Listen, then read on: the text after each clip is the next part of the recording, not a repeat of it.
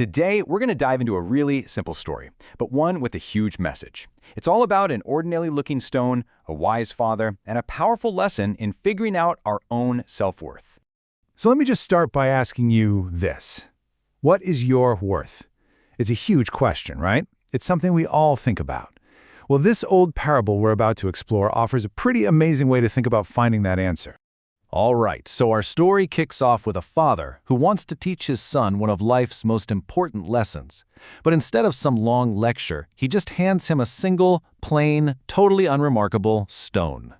The instructions he gives are super specific. The father says, take this stone and go find out what people think it's worth. But, and this is the important part, under no circumstances are you actually to sell it.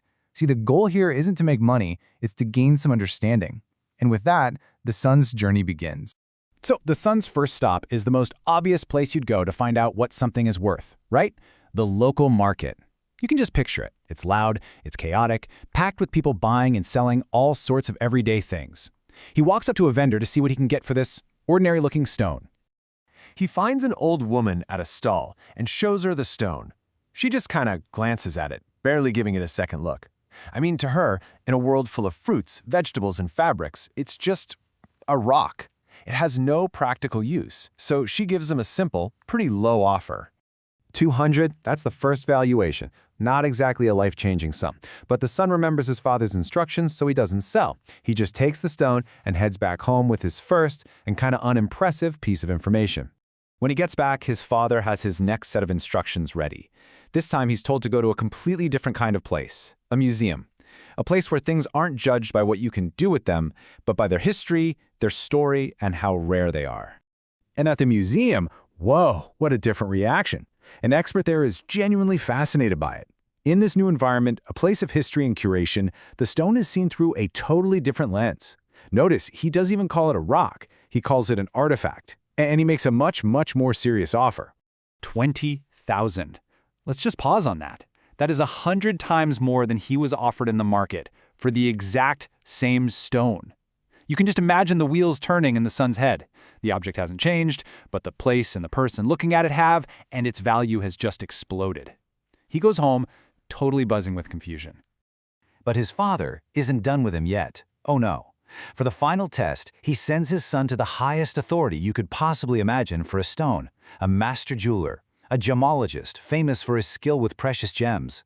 The second the jeweler lays eyes on this stone, he just loses it. I mean, this is someone who has spent his entire life learning to see the hidden value in things that others miss. His expert eye looks right past the rough exterior and sees the incredible potential inside. He recognizes it instantly for what it is. $200,000! The son is just stunned, absolutely speechless. From $200,000 to $20,000 and now this, an unbelievable number. He's seen the same object be valued in 3 completely different ways. Still in a daze, he turns down the offer just like he was told and heads home for the last time. So, the son returns and tells his father everything. The 3 different locations, the 3 wildly different offers. The father just listens, a smile growing on his face. Because, of course, this whole time, the journey was never really about the stone. It was always about the son. And now, it was finally time to reveal the true lesson. The father explains, your life is just like this stone. Its value changed depending on where it was and who was looking at it. In the market, surrounded by common things, it was worthless. But to experts who had the knowledge to see its true potential, it was priceless. Your worth isn't some fixed number. It's a reflection of the environment you put yourself in and the people you surround yourself with. And here's the most important part. The father looks his son in the eye and tells him the final piece of wisdom. It's not about waiting for other people to decide your value for you.